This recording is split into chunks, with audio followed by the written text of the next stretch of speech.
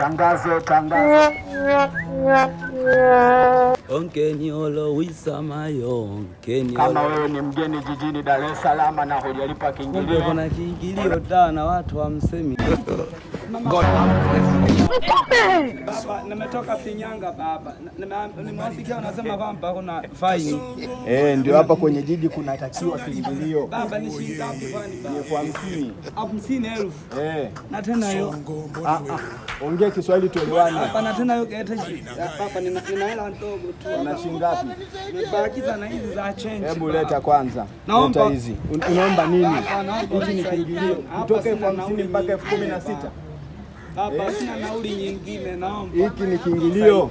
Hapana. Haya, nenda ulikokuna kwenda. Sheria itachukua mkondo sasa hivi. Nenda. Umetokea wapi? Umetokea wapi?